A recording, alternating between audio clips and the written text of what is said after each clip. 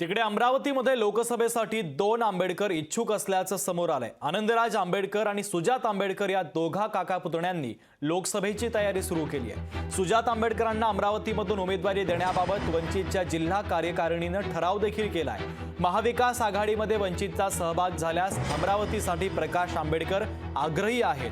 दरम्यान रिपब्लिकन सेनेने अध्यक्ष आनंदराज आंबेडकरांकडून देखील लोकसभेची तयारी सुरू केली असून त्यांनी महाविकास आघाडीकडे उमेदवारीची मागणी केली आहे। त्यामुळे आता अमरावतीचा मतदारसंघ नेमका कोणाच्या पारड्यात जाणार हे पाहणं देखील महत्त्वाचं आहे।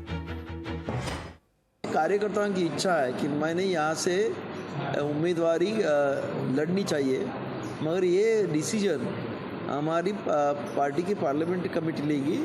ये डिसीजन लोकल कार्यकर्ता नहीं ले सकते, उनकी इच्छा है।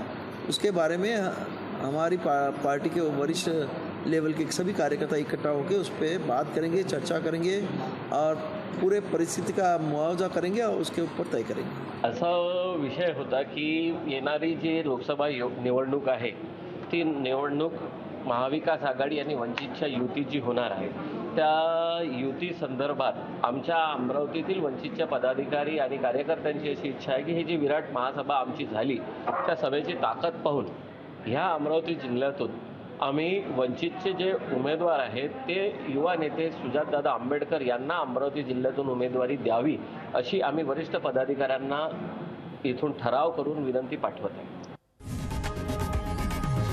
लोकशाही मराठी ऐका, पहा, जागरूक रहा।